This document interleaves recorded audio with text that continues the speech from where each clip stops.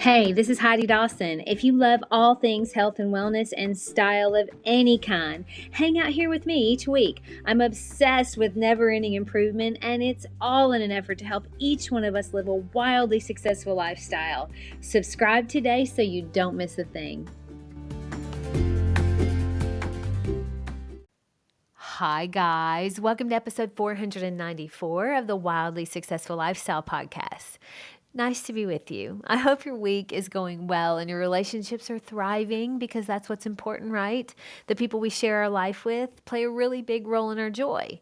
So we want to make sure we nurture those relationships, just like we would anything that we cherish. I have this beautiful plant in the front window and I absolutely love it. It's a bonsai tree that a dear friend gave me. I mean, it is so full and healthy and green. I've probably had it for about 4 years now, and that's a record for me. I'm not normally able to keep a plant alive for that long, but I really cherish this plant. And it's in a spot that both of us, Eric and I, walk by it more than 10 times a day. So it's thriving because I water it and I give it attention. I talk to it every day, and it's in a part of the area of our house where it gets tons of sunshine.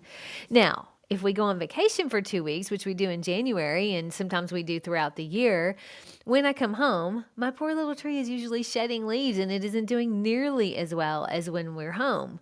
Now, I don't wonder why. I know why. It's because I haven't been there to water it and cater to it like I normally do. Now, it'd be very easy, and I have done this before with plants, where you get so busy and you stop seeing them, and every once in a while you might remember to water it, but most of the time you forget. Well, it'll hobble along looking sad for longer than if you never watered it, but it isn't going to thrive. And eventually it's going to look so sad and dried up that you decide it's time for it to go. Have you ever done that with a plant? I know I have, but I have definitely cherished this bonsai for longer than any plant I've ever had. Not only because it's beautiful, but also because of who gave it to me. It means a lot to me. When you cherish something, when you value something, you nurture it, no matter how long you've had it. That's how we are as humans. But plants are not the only things in life that thrive when giving loving attention. People also thrive when someone loves them and gives them attention. I know it's true for me. Who doesn't want to be loved, right? When you cherish someone, you give them attention too. You nurture and water the relationship. I mean, you notice if it's drying up because you check in regularly. It's easy to grow apart with our lives being so busy. Everyone's living a busy life.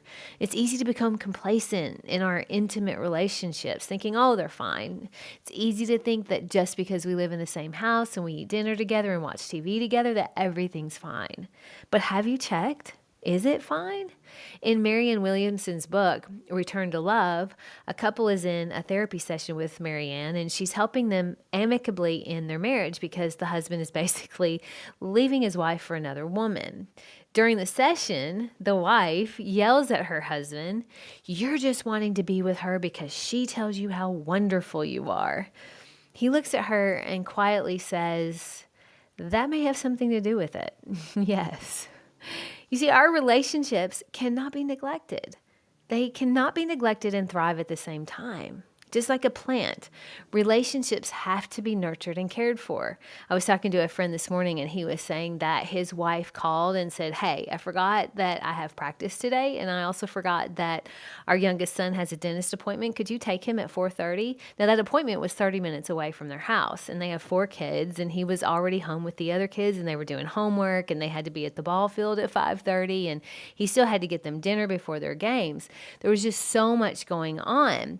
And when he got that text, he was already kind of at his threshold of things of stress, and he kind of wanted to lash out about it. He said he got so mad, but then he realized, hey, wait a minute. We're on the same team. If I lash out, it's going to make everything worse.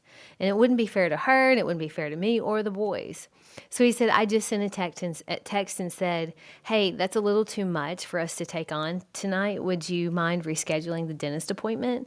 That was an easy text, and it wasn't accusing. There was no animosity in it. And a few minutes later, she responded back and said, "Yeah, you're right. I'll do that."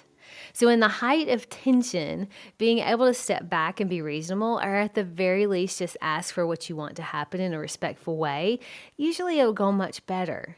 That's another way you can nurture a relationship. That husband and wife that were in therapy with Marianne, they ended up staying together because they both realized that they had some growing to do. And when they do that together, the relationship thrives. They had stopped nurturing the relationship and it had run dry, so it looked unsalvageable until they took the time and the effort to bring it back to thriving.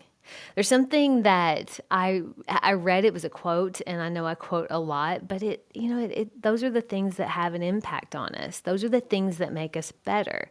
So what I read, and I think we should all keep in the back of our minds at all times, is this: if you haven't watered your plants, don't be surprised if they die.